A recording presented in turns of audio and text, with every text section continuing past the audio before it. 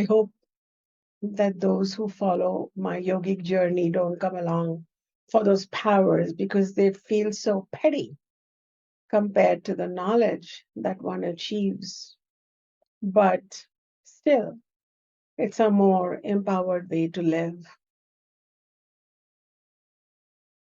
These journeys are built around God, and there is an inbuilt humbleness in yoga, where classical yoga, theistic yoga, where we understand that our human will has a certain jurisdiction, but it is still under a total will. And that total will of God decides our body, our gender, the loka where we'll be born, the parents, and the players in our life, the lovely and the ugly situations that we will face. And that total will, we align with that will. We learn about it in Bhakti Yoga and appeal to it. We serve it in Karma Yoga. We channel it through our being in Upasana Yoga, and we become it in Jnana Yoga. So this is what I wanted to share with you, that I'm about to begin those types of teachings. Some of them, especially around understanding God and the principles that support the God principle, I will elucidate one by one. One concept that I wanted to share with you along with this introductory lecture was about samsara. Samsara is a Sanskrit word also used in Buddhist scriptures, as is. And samsara means that which is circulating eternally, going round and round and round.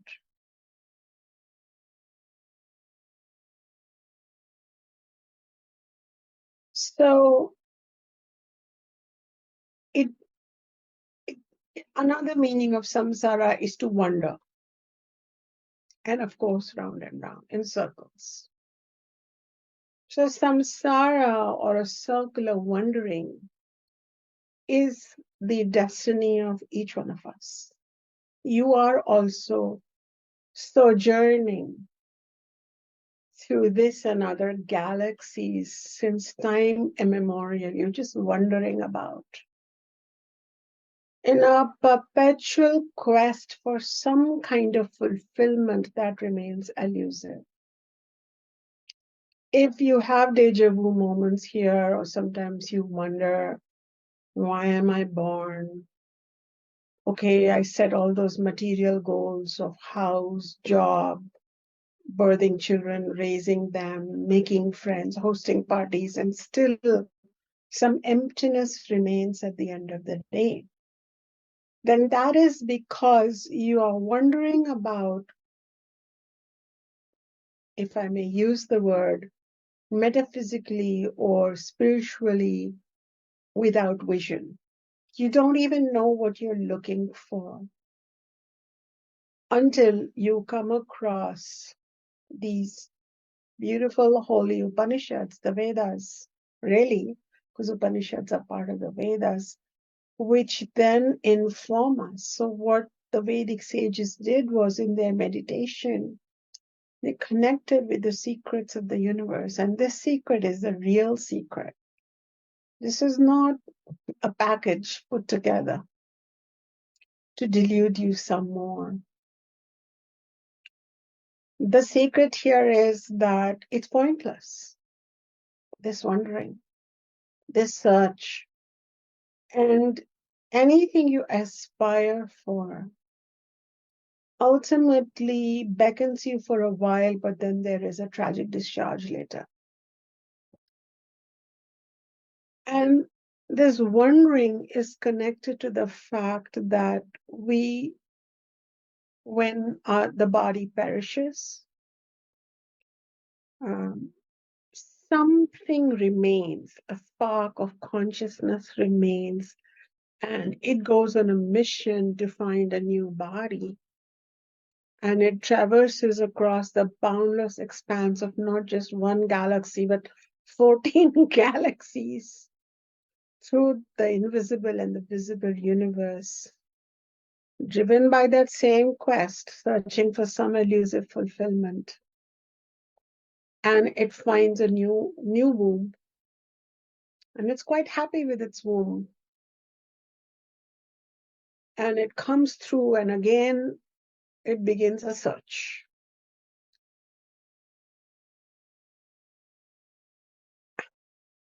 So, one life, one birth, and one death is one story, but it is not the end of a happy ever after or a tragic suffering in hell for eternity. None of that. It's none of that. It just starts again. The body made of perishable matter crumbles. Spark of consciousness endures, brings you back into samsara, which is comprised of 14 galaxies. And you come back replete with your unfulfilled desires and quests from a previous life, and you start again. So when a new baby comes in, when you were born, you are not a new baby. You are just old wine in a new bottle. And that is why when children grow up, they look very saintly when they are born, but by the time they turn 2 or 3, they start showing all their compulsions that they've brought with them. And even if you have twins, they have different behaviors. And they have utilized your body to come through. They've been pushed back into samsara. And the body could be human body, animal body, insect body, tree body, plant body, bacteria body, virus body, again and again. And in fact, it can also be mineral body, rock body, and at that time, the spark just seems to go to sleep. So everything is participating in manifestation. For a while, it's there, and then dissolution, and then it comes back. So in Western biology, which is very new, and Western ecology, there is non-living and living. But in this Upanishadic thinking, it's all one consciousness.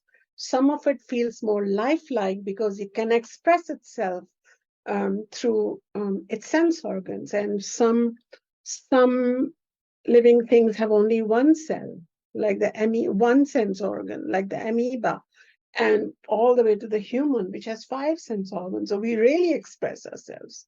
And the rock has no sense organ, so it cannot express itself, but still it is part of that one consciousness. And there is some kind of a drama going on, a repetitive drama in this consciousness. And we don't usually bring our attention to it. We're so busy watching the next show on maybe Netflix or watching news or going for our shopping or catching the next, spiritual class even. Oh yeah, let's learn how to breathe deeply this time. But why are we here? What brought us back again to this blue planet again, circling a bright star, not knowing why we're doing it?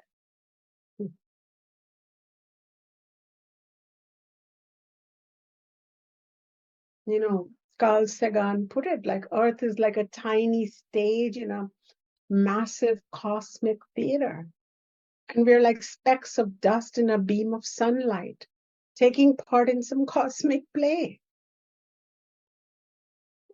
And so this samsara is, I'll talk more about it, but this samsara is happening, is orchestrated by some intelligence. But due to that intelligence, we are transmigrating. We are going from one body to another, one womb to another. And this transmigrating spark of life, which is you and I, is called in Sanskrit, I'm introducing a word called jiva, Jiva. Jiva comes from the root Sanskrit word ji, which means life. We have this little bit of life and we wear different bodies. So we've worn different bodies in different stories, but now I'm in this body and you're in this body, and we're having this very important conversation. Just for the short time that samsara allows us to converse.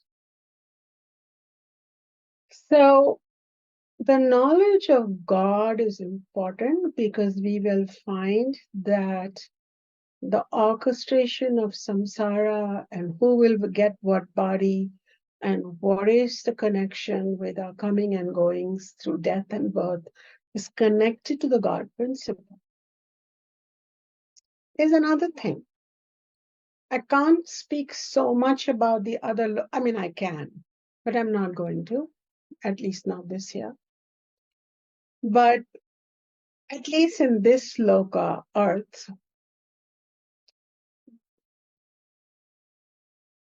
the samsara is not just here on earth. We didn't think just this small little thing about just this little earth.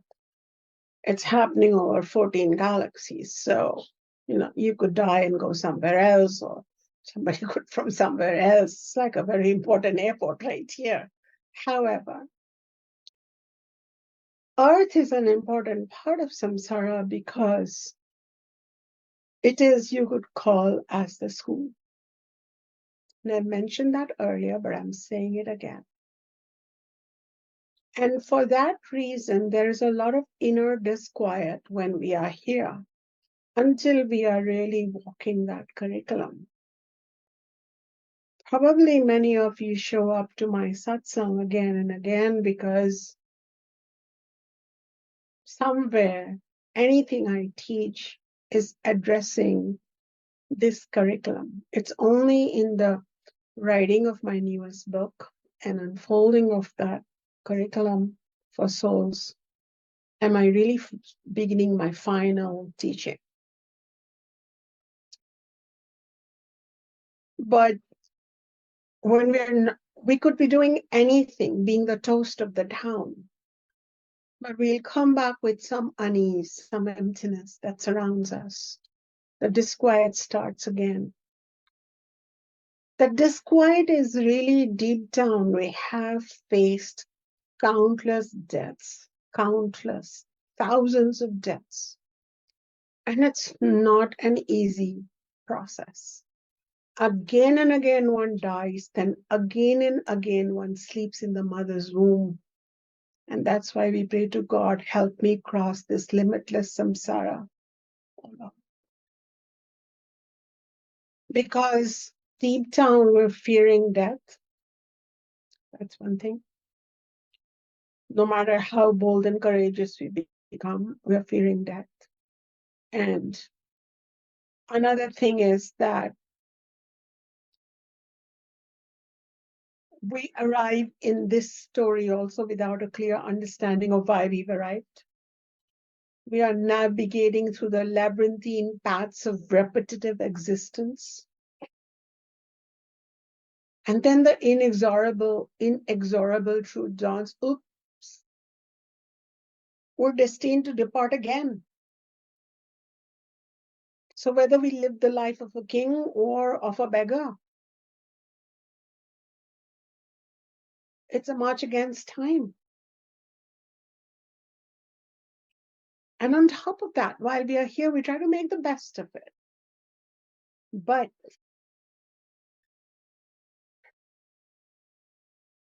limitless sorrow, impermanence, pointlessness,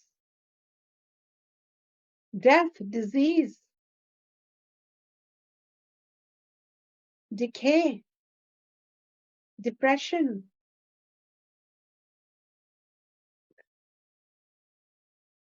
In each birth, we have to face ephemeral love, ephemeral hate, ephemeral victories, ephemeral defeats, ephemeral pain, ephemeral pleasure, ephemeral gains, ephemeral losses, ephemeral happiness. What's going on? So we can cope and we can learn to cope. And my first book supports becoming sovereign in the midst of all this. But now the journey is like, I want relief, deep relief. And that deep relief only comes from enlightenment. And this is not the Western New Age enlightenment, but the light of knowledge, enlightenment about this whole setup, the power that controls this, the intelligence, and your behaviors that reinforce sleepwalking behavior in samsara, or you wake up from it. And then step-by-step journey to a place of complete spirit sovereignty, where you can then stand outside samsara, not physically, but within you, and know that it has no power over you.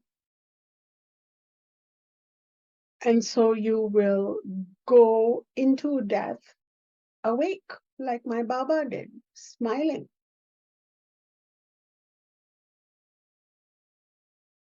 So then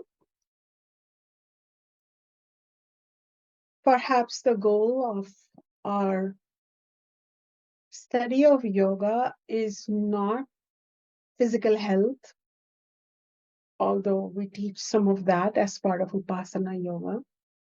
But yoga was never really about de-stress and improve blood pressure and lowered back pain. Those are some additional benefits that we found, but that is what it has become reduced to. Yoga is the medicine for a disease called Bhava Roga.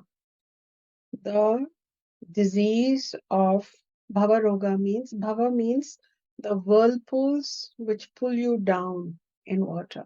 So samsara has been compared to a treacherous ocean where there are lots of killer whirlpools. And as you try to navigate it, something or the other pulls you down. If you get away from betrayal, cancer may catch you. If you fight the cancer, some bankruptcy may find you. If you manage your finances well, betrayal of your partner may find you. Something or the other is pulling you down. This is Bhava Roga. So it has also been compared to a bottomless pit in which we are trapped. And even if you commit suicide, okay, take another birth, come back, finish your business. What's this business? And we don't even get a clue. We don't even get a clue until, again, the God principle decides it's time for us to get a clue. That's why I keep telling you, this is karmic.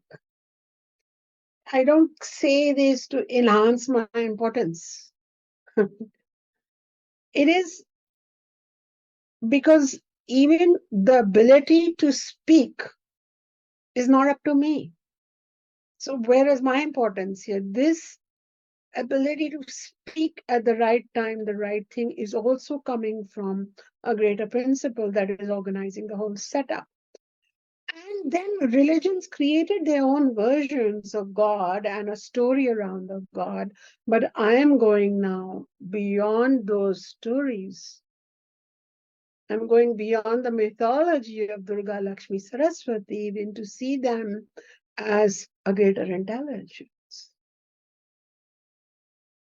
And when they are operating at that level as Ishvara, then it is not that Ishvara only works for this set of people and not that, and these creatures and not that, and this planet and not those. It is a complete principle. And I hope that my invitation to you, which is about all I can provide in this session, will help you settle into looking at your own life and probably spend some time looking at the wondering. And you may not have memory of other lifetimes, but I can take your feedback in a bit, but I wonder if you've also had this pointlessness, this existential emptiness, not the rich emptiness of shunyata, but the existential emptiness come and find you when your mind is not distracted or asleep. You know, samsara and its impermanence and its transience haunts us subliminally. And the fact that we are destined to be reborn, then die, then reborn, then die, then reborn, then die, then reborn, then die, then reborn, then die, then reborn, then die, then reborn, then die, then reborn, then die, then reborn, then die, ad infinitumly. Then the question echoes through the corridors of spirituality: will this relentless cycle ever end? And no matter how much we develop our technology and our artificial intelligence and our aircrafts and go searching and placing our signatures on other planets through our rockets and our missions, space missions, it's all within the material universe. We go looking, we cannot break free until we unlock the wisdom of that God of the Upanishads and start on the true yogic journey of first awakening inside samsara and then liberation from samsara, from its cage. We've been slumbering through countless lifetimes. Each lifetime just feeds into the next one. But fortunately, there is a guidebook, and it's much dusted and tarnished and polluted and dumbed down. And it's also made to be obscure, like those yogas don't matter. And the hot yoga and the power yoga and the paddleboard yoga and the naked yoga and the beer yoga and the goat yoga. Well, this is thanks to the Western civilization doing its number. There are still some voices left, such as mine, which say, no, there is hope. It's okay. Even those people, they're just lost. They're not bad. And that is why we come back to Sanatana Dharma, which is the original name of the Vedic spirituality, and you should not forget it. It means eternal order or eternal path. It also means a secret teaching. It also means revealing the underlying truth. Then returning to that Sanatana Dharma then becomes the transformative path towards liberation from the confines of samsara.